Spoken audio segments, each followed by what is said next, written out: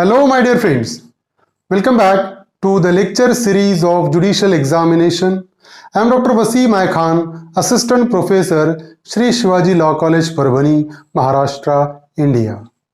In today's lecture, we will discuss presumption as to offences under Indian Evidence Act 1872. Especially, we will discuss Section 113A, Section 113B, and Section 114, and so on. So, in section 113A, we will discuss presumption as to abatement of suicide of married woman, as well as section 113B deals with presumption as to dowry death. तो आज के इस lecture में हम discuss करने वाले हैं presumption as to offences. ये ऑफेंस से रिलेटेड प्रिजम्पशन हम डिस्कस करने वाले हैं। सेक्शन 113A हम डिस्कस करेंगे कि अगर कोई मैरिड वुमन सुसाइड करती है तो अबेटमेंट का प्रिजम्पशन क्या होगा, हम डिस्कस करेंगे। डाउरी डेथ से रिलेटेड प्रिजम्पशन क्या होगा, हम वो भी डिस्कस करेंगे। और presumption as to special act वो भी हम आज के इस लेक्चर में डिस्कस करने वाले हैं। साथ ही साथ हम डिस्कस करेंगे इस पर पूछे गए क्वेश्चन और ऐसे क्वेश्चन जो एग्जामिनर इन टॉपिक्स पर पूछ सकता है। So without wasting your much time, let's start the topic.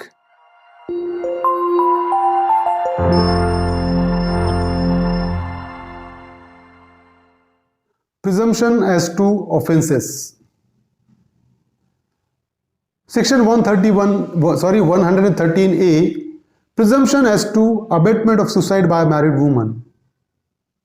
So when the question is whether the commission of suicide by a woman had been abated by her husband or any relative of her husband. So whenever there is a question before the court of law, if there is a suicide of any woman, married woman, and if there is a question before the court of law whether such suicide has been abated by her husband or any relative of her husband, under such circumstances suicide must be committed by a married woman. तो देखो कि क्या है, section 113A ये कहता है कि जब कभी भी किसी मैरिड वुमन ने अगर सुसाइड की है और कोर्ट के सामने क्वेश्चन ये है कि ये सुसाइड करने के लिए उस मैरिड वुमन को उसके हस्बैंड ने और उसके इन-लॉज ने, उसके ससुराल वालों ने उकसाया है या उसको इंस्टिगेट किया है या उसको अबेट किया है सुसाइड करने के लिए, अगर ये कोर्ट के सामने क्वेश्चन है तो क्या जरूरी है? Suicide must be committed by a married woman. So for raising the presumption under section 113A, suicide must be committed by a married woman. जब कभी भी कोर्ट को अगर प्रिजम्पशन लेना है, एक मैरिड वुमन है और उसने सुसाइड की, तो कोर्ट क्या कर सकता है? प्रिजम्पशन ले सकता है कि उसके सुसाइड को उसके इन-लॉज ने और उसके हस्बैंड ने अबेट किया है, उकसाया है उसको सुसाइड के लिए। तो अब ये प्रिजम्पशन लेने के लिए कोर्ट को क्या देखना जरूरी है? तो first thing the court must observe is suicide must be committed by married woman. If the suicide is committed by unmarried one, The presumption cannot be raised under section 113A.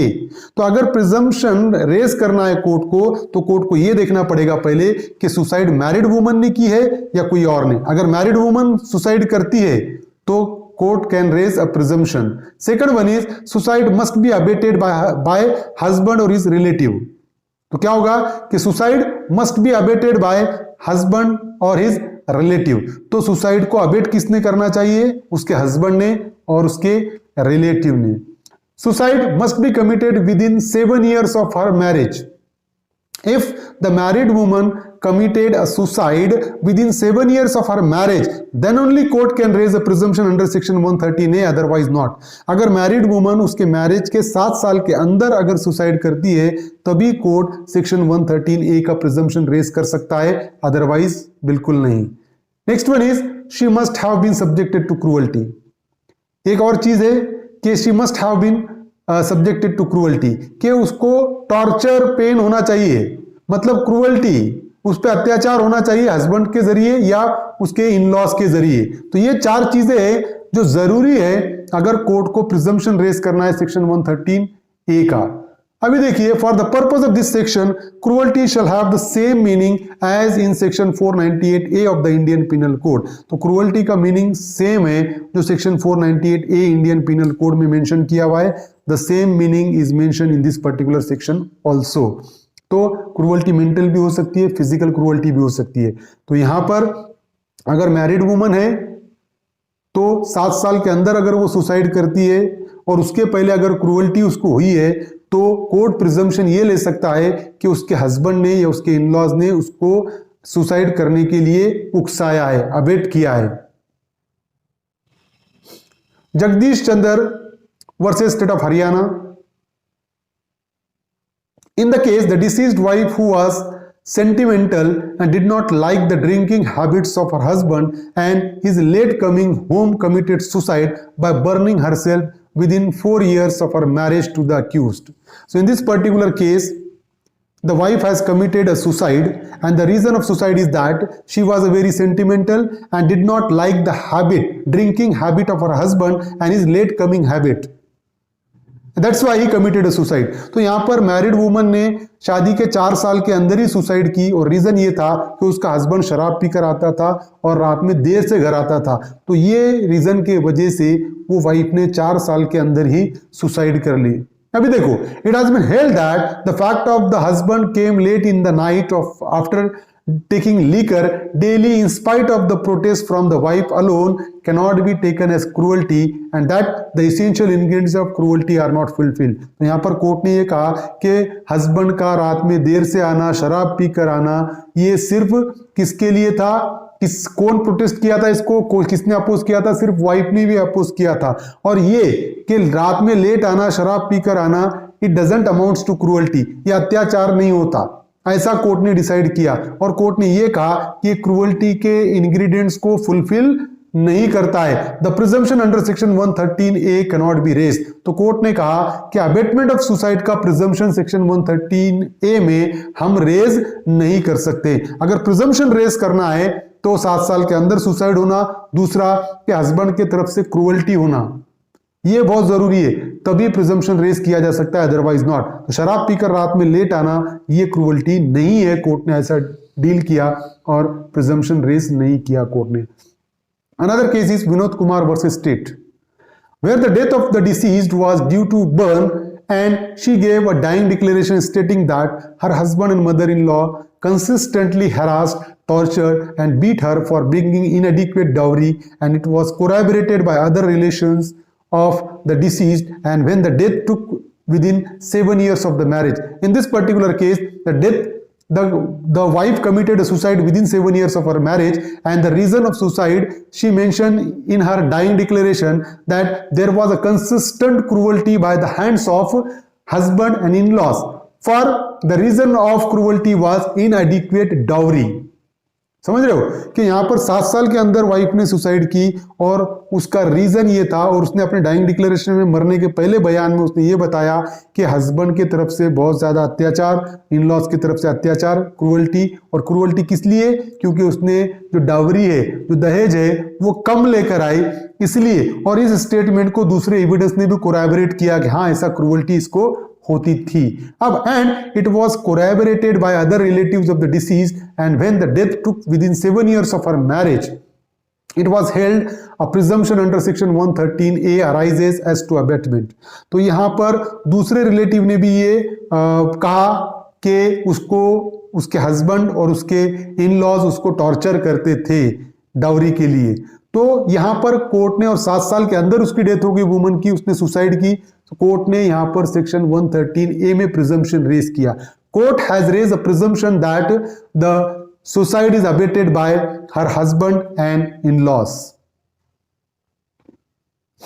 G.K.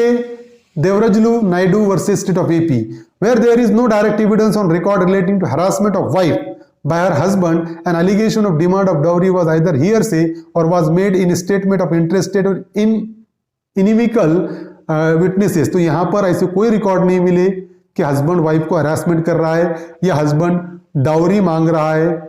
तो ये जो allegation थे वो सिर्फ here से थे, और वो जो पर्सन जो वाइफ से इंटरेस्टेड है उन्होंने ही एलिगेशन लगाए थे। The presumption under section 113A can not be raised. तो सेक्शन 113A का प्रिजम्पशन कोर्ट ने इस केस में रेज नहीं किया, क्योंकि स्पेसिफिक जो एलिगेशन क्रूअल्टी के नहीं साबित हुए वो सिर्फ हियर से थे, इसलिए कोर्ट ने प्रिजम्पशन रेज नहीं किया।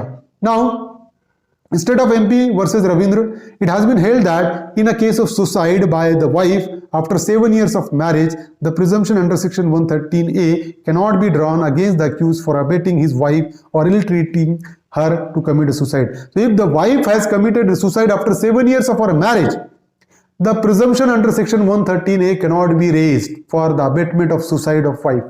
समझ रहे हो, 7 साल के अंदर अगर सुसाइड करती है अगर वुमन, मैरिड वुमन, तभी प्रिजम्पशन रेज कर सकता है कोर्ट, अदरवाइज नॉट. 7 साल के बाद अगर मैरिड वुमन सुसाइड करती है तो कोर्ट प्रिजम्पशन रेज नहीं कर सकता है. तो presumption under section 113A can not be raise. Probable question है सेक्शन 113A पे, which of the following condition are essential for raising the presumption under section 113A?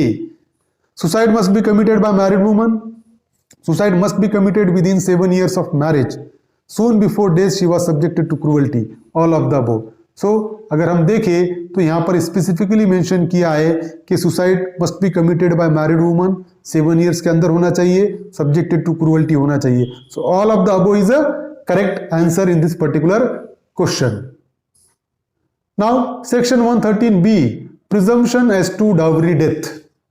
So when the question is whether a person has committed the dowry death of a woman, so whenever the question before the court of law regarding whether the person has committed the dowry death of a woman, अगर court के सामने question ये है कि ये person ने इस woman का डाउरी डेथ किया है या नहीं है, ऐसा अगर क्वेश्चन है for example, and it is shown that soon before her death such woman had been subjected by such persons to cruelty or harassment for or in connection with any demand for dowry, or suppose if it has been proved that soon before her death she was subjected to cruelty by husband and such cruelty was having a connection with the demand of dowry.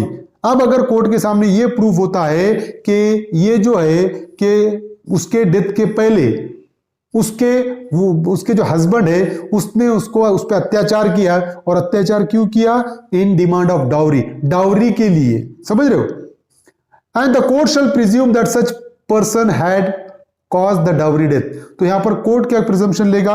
अगर ये दो चीजें prove हो जाती है कि उसके death के पहले उसको क्रूअल्टी, अत्याचार हुआ उस पर, और अत्याचार क्यों हुआ? डाउरी के लिए. अगर ये दो चीजें प्रूव होती है तो कोर्ट प्रिजम्पशन ये लेगा कि उसके हस्बैंड ने ही रिस्पॉन्सिबल है, उसका हस्बैंड ने डाउरी डेथ किया है. तो हस्बैंड पे 304B में चार्जेस लगेंगे, और 304B में अगर चार्जेस लगते हैं और ये दो चीजें प्रूव होती है तो प्रिजम्पशन कोर्ट रेज कर सकता है. Court can presume that the husband cause the dowry death of woman.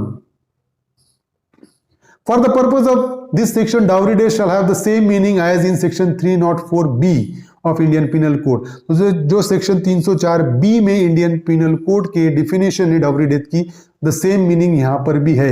Section 304B of Indian Penal Code states that where the death of a woman is caused by any burns or bodily injury or occurs otherwise than under normal circumstances within 7 years of her marriage, अगर किसी woman की death होती है due to any unnatural circumstances, it may be by burns, by bodily injury or any other reason within 7 years of her marriage, अगर किसी woman की 7 साल के अंदर अगर अननेचुरल डेथ होती है due to burns, due to bodily injury, and it is shown that soon before her death she was subjected to cruelty or harassment by her husband or any relative of her husband for or in connection with any demand of dowry, और ये prove होता है कि उसके death के पहले उस पर अत्याचार हुआ है, उसके हस्बैंड ने या उसके रिलेटिव ने अत्याचार किया है, और अत्याचार क्यों किया है? इन रिलेशन टू डाउरी के लिए, दहेज के लिए. अगर ये है तो such death shall be called dowry death. तो ऐसी डेथ डाउरी डेथ कहलाई जाएगी. एंड सच हस्बैंड और relative shall be deemed to have caused her death, और वो हस्बैंड और उसके रिलेटिव ने ही उसकी डाउरी डेथ किया है, सेक्शन 304B में वो रिस्पॉन्सिबल है, ऐसा ट्रीट होगा. अगर इस तरीके का कोई ऑफेंस होता है तो सेक्शन 113B में कोर्ट प्रिजम्पशन रेज कर सकता है कि उसके हस्बैंड ने और उसके इन-लॉज ने ही डाउरी डेथ किया है. Now section 304B, the presumption under section 113B of Indian Penal Code, Indian Evidence Act shall be raised only on the proof of the following essential. कुछ essential है जिनको prove करके ही presumption raise किया जा सकता है. The first thing which is to be proved for the purpose of raising a presumption under section 113B is presumption under section 113B can only be raised if the accused is being tried for an offense under section 304B of IPC. अगर court को presumption raise करना है 113B में तो court presumption कब raise कर सकता है? अगर अक्यूज्ड पे 304 बी के चार्जेस लगे, डाउरी डेथ के चार्जेस लगे अक्यूज्ड पे, तभी कोर्ट 113 बी का प्रिजम्पशन रेज कर सकता है। अगर 304 बी में चार्जेस ही नहीं है तो कोर्ट 113 बी में प्रिजम्पशन रेज नहीं कर सकता। That is the first thing. Second one is the woman was subjected to cruelty or harassment by her husband or his relative. So second thing which is to be proved before raising a presumption under section 113b, that the woman was subjected to cruelty by the hands of husband and his relatives. तो दूसरी चीज जो prove करना जरूरी है cruelty, कि उसके wife को क्रूअल्टी हुई हस्बैंड के जरिए, उसके रिलेटिव्स के जरिए। अगर क्रूअल्टी है तो प्रिजम्पशन रेज कर सकता है, otherwise not. Third one is Such cruelty or harassment was for or in connection with any demand of dowry. और वो harassment जो है, वो cruelty है, वो किस लिए होना चाहिए? Demand of dowry, डाउरी के लिए होना चाहिए। Fourth one is such cruelty or harassment was soon before her death. तो वो जो क्रूअल्टी और हरासमेंट उसके डेथ के ठीक पहले होना चाहिए। फॉर एग्जांपल 7 साल पहले, 4 साल पहले उसको क्रूअल्टी किए थे, बाद में हालात ठीक हो गए और 4 साल के बाद उसकी डेथ हो गई, तो उस सिचुएशन में प्रिजम्पशन 113 बी का रेज नहीं किया जा सकता है, क्योंकि सून बिफोर हर डेथ क्रूअल्टी होना जरूरी है, तभी प्रिजम्पशन रेज होगा, otherwise not.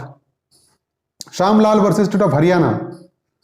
The wife was sent back to her parents' home due to dispute regarding dowry and was brought back after the panchayat resolved the dispute. तो इस case में क्या हुआ था कि वाइफ को उसके मायके भेज दिया गया था, किसके लिए? डाउरी के लिए, और बाद में उसको वापस लाया गया क्योंकि पंचायत में वो डिस्प्यूट रिजॉल्व हुआ, उसके चलते। Her death awkward 10 to 15 days after the panchayat, during the period of which there was no evidence of cruelty or harassment with demand of dowry. तो जब उसको वापस पंचायत के फैसले पे घर लाया गया तो 10 से 15 दिन के अंदर उसकी डेथ हो गई, लेकिन वो 10 से 15 दिन में ना तो कोई डाउरी की डिमांड पाई गई, ना तो कोई क्रूअल्टी और हरासमेंट का एविडेंस मिला। The Supreme Court has held that presumption of dowry death could not be raised under section 113b. तो यहां पर सुप्रीम कोर्ट ने क्लियरली मेंशन किया कि जब डिस्प्यूट रिजॉल्व होने के 10 से 15 दिन तक कोई क्रूअल्टी नहीं, कोई डिमांड ऑफ डाउरी नहीं, तो सेक्शन 113b में डाउरी डेथ का प्रिजम्पशन रेज नहीं किया जा सकता। सुप्रीम कोर्ट का ये कंटेंशन था इस पर्टिकुलर केस में। Tilak Bedia versus state of Bihar. Where there is unnatural death of the wife, the husband had allegedly demanded money from the parents of the deceased for starting business. So where there is unnatural death of wife, in this particular case there was an unnatural death of wife and the husband had allegedly demanded money from the parents of deceased for starting business. और ये case में जो husband था उस lady का, वो उसके wife के पेरेंट्स के पास से, उसके सास ससुर के पास से वो पैसे की डिमांड करता था, काय के लिए? फॉर स्टार्टिंग बिजनेस, बिजनेस शुरू करने के लिए। इन absence of cruelty soon before the death, that the deceased was subjected to cruelty or harassment in connection with dowry and in absence of any demand of dowry, the presumption under section 113b of the act could not be invoked. तो यहाँ पर death के पहले ऐसी कोई demand of dowry या cruelty नहीं मिली, ऐसा कोई एविडेंस नहीं मिला उस सिचुएशन में, तो कोर्ट ने यहाँ पर भी कहा कि 113b का प्रिजम्पशन रेज नहीं किया जा सकता। अगर प्रिजम्पशन रेज करना है तो डिमांड ऑफ डाउरी ये प्रूफ होना बहुत ज्यादा जरूरी है। Nemchand versus state of Haryana. The parties were married on 24th May 1962. After staying at the matrimonial home for 2 months, she returned to her parents' house and told them that her husband wanted a television set and a fridge. शादी हुई 24 मई 1962 को और 2 महीने अपने husband के घर पर रहने के बाद वापस से वो अपने पेरेंट्स के घर पर आई लेडी, और उसने कहा कि हम मेरे हस्बैंड को टेलीविजन सेट और फ्रिज चाहिए, डिमांड कर रहे हैं वो। Her father gave her a sum of ₹6,000 and she left for her matrimonial home. Her husband again demanded a sum of ₹25,000 for purchasing a plot. तो उसके फादर ने, वाइफ के फादर ने 6,000 रुपये दिया उसको और वापस से उसको उसके ससुराल छोड़ के आया। बाद में फिर से उसके हस्बैंड ने वापस से डिमांड किया 25,000 रुपए की, काय के लिए? For purchasing a plot, plot purchase करने के लिए। Thereafter the husband took his wife to her parents home saying that he would not take her back unless a sum of ₹25,000 was paid to him. तो उसके बाद husband ने wife को उसके मैके छोड़कर आ गया और ये कहा कि मैं जब तक ये वाइफ को लेकर नहीं जाऊंगा तब तक मुझे 50 रुपए नहीं मिल जाते, तब तक 25,000 रुपए, सॉरी, जब तक 25,000 रुपए नहीं दे देंगे तब तक मैं मेरे वाइफ को वापस लेकर नहीं जाऊंगा। After 1 year he took her back but he did not give up his demand for ₹25,000. Soon thereafter she left for her parents' home and came back with a sum of ₹15,000 with a promise that the rest of the amount would be paid later on. तो बाद में वापस से वो wife उसके मैके गई और 15,000 रुपये लेकर आई और बाकी के पैसे कुछ दिन में दे देंगे, ऐसे गारंटी के साथ वो वापस आई। देखिए, she died of strangulation in her husband's home, the court raise a presumption under section 113B and found accused guilty. तो यहां पर उसके बाद 15,000 रुपए लेकर आने के बाद वाइफ का गला दबाकर उसको उसके हस्बैंड के घर में मार दिया गया। तो इस केस में कोर्ट ने डावरी डेथ का सेक्शन 113B में प्रिजम्पशन रेज किया और अक्यूज्ड फाउंड गिल्टी और अक्यूज्ड को सजा हुई इस पर्टिकुलर केस में। Now probable question section 113B पे, presumption of dowry death under section 113B can be raised if death of woman occurred within 5 years of marriage, if death of woman occurred within 7 years of marriage, if death of woman occurred within 10 years of marriage or within 12 years of marriage। तो यहाँ पर specific अगर हम देखें तो within 7 years of her marriage, if the death of woman occurred within 7 years of marriage, then only presumption can be raised under section 113B. So correct answer is B. Another probable question is, under which section of Indian Evidence Act presumption of dowry death can be raised? 113A, 113, 113B, 114A. 113B is the correct answer. Now section 114. Court may presume existence of certain facts. The court may presume the existence of any fact which it thinks likely to have happened, regard being had to the common course of natural events, human conduct and public and private business in their relation to the facts of a particular case. That a man who is in possession of stolen goods soon after the theft is either the theft or has received the goods knowing them to be stolen unless he can account for his possession. तो court क्या कर सकता है section 114 में? The court may presume the existence of any fact which it thinks likely to have happened, regard being had to the common course of natural event. कुछ natural event ऐसे होते हैं कि जिससे कोर्ट कुछ प्रिजम्पशन लेता है, कुछ फैक्ट है, वो फैक्ट को एनालाइज करने के बाद कोर्ट को ऐसा लगेगा कि हाँ ये चीज हुई होगी।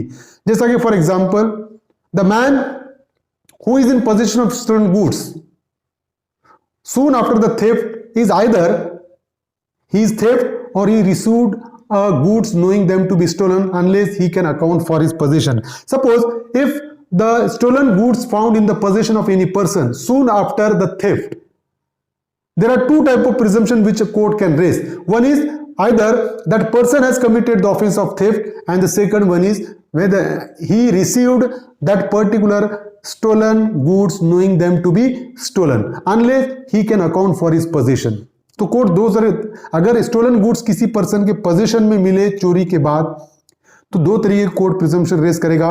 एक तो उसने खुद ने चोरी किया या चोरी का माल पता होते हुए उसने अपने पास रखा। ये दो प्रिजम्पशन कोर्ट ले सकता है सेक्शन 114 में। अगर ये प्रिजम्पशन को रिबट करना है किसी को, अगर मेरे अगेंस्ट में प्रिजम्पशन ले रहा हूं कोर्ट, अगर मैं प्रूव कर सकता हूं कि ना तो मुझे पता था ये चोरी का गुड्स है और ना ये चोरी का गुड्स है, इस तरीके का अगर मैं प्रूव कर सकता हूं तो मैं प्रूव कर सकता हूं, अदरवाइज कोर्ट प्रिजम्पशन ले सकता है दोनों में से एक। That an accomplice is unworthy of credit unless he is corroborated in material particulars. अगर कोई अकम्पलिस है, दो अक्यूज्ड है और एक अक्यूज्ड ये कह रहा है कि हाँ हमने मिलकर ऑफेंस किया है, दूसरे को भी फंसाने की कोशिश कर रहा है, तो कोर्ट प्रिजम्पशन रेस ये कर सकता है कि ये जो अकम्पलिस है ये क्या है, अनवर्दी ऑफ क्रेडिट है, इस पे भरोसा नहीं किया जा सकता क्योंकि वो खुद को बचाने के लिए दूसरे का नाम ले रहा है। समझ रहे हो? Unless he is corroborated in material particulars, तो कोर्ट कोरैबोरेशन के लिए कॉल कर सकता है। Third one is that the bill of exchange accepted or endorsed was accepted or endorsed for good consideration। तो अगर बिल ऑफ एक्सचेंज है तो कोर्ट प्रिजम्पशन ये रेस कर सकता है कि ये जो बिल ऑफ एक्सचेंज है, ये बिल ऑफ एक्सचेंज एक्सेप्ट किया गया या इंडोर्स किया गया, और ये एक्सेप्टेंस के लिए, इंडोर्समेंट के लिए कंसिडरेशन लिया गया। बिल ऑफ एक्सचेंज एक दूसरे से कोई चीजें एक्सचेंज करना है, बिल ऑफ एक्सचेंज जिसको कहेंगे। तो जब कभी हम कोई प्रोडक्ट दे रहे हैं तो उसके बदले हमने कुछ लिया है, ऐसा कोर्ट प्रिजम्पशन लेगा जब कभी भी बिल ऑफ एक्सचेंज का कंसेप्ट आएगा। Fourth one is that a thing or state of things which has been shown to be in existence within a period shorter than that within which such things or state of things usually cease to exist is still in existence।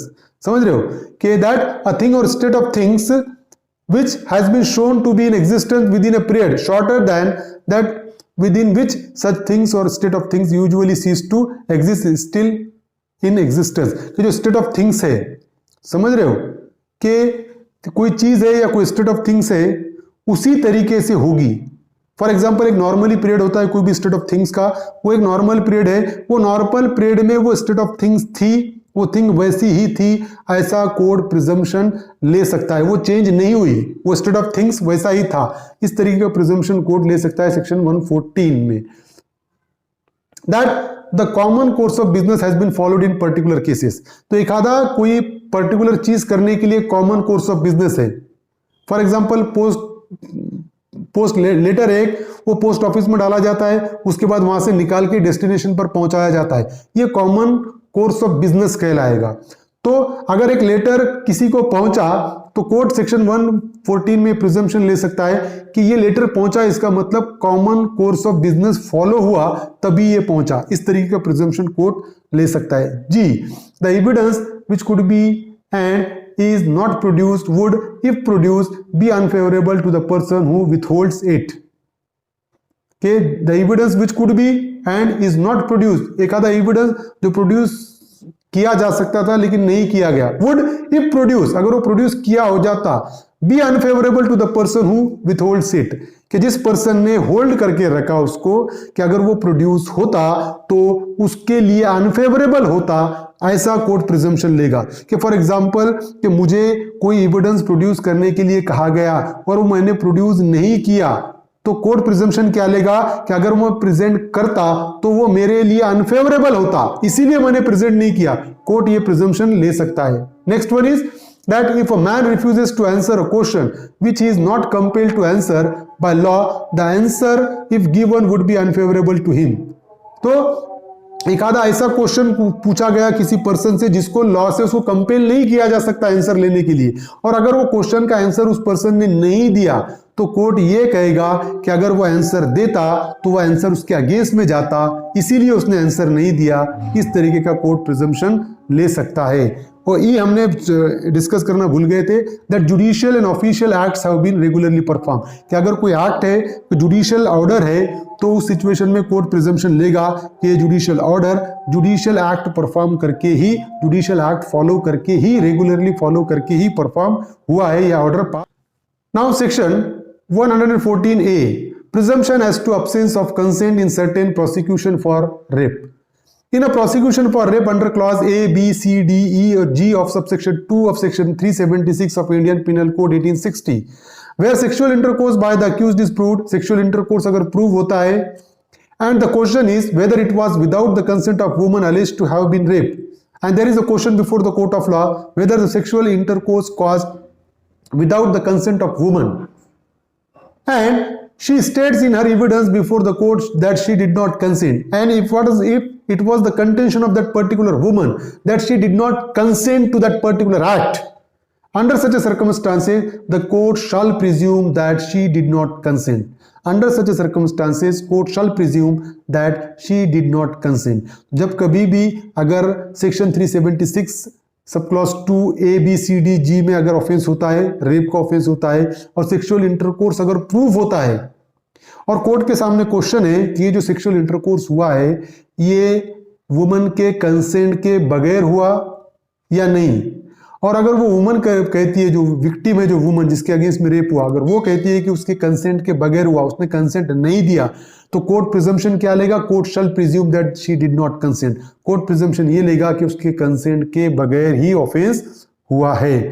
So these are the particular provision which we have discussed regarding the presumption as to offense. I hope you understand this topic. If you understand this topic, please subscribe my channel, hit the notification button, hit the like button, and share this video with your friends. Thank you very much.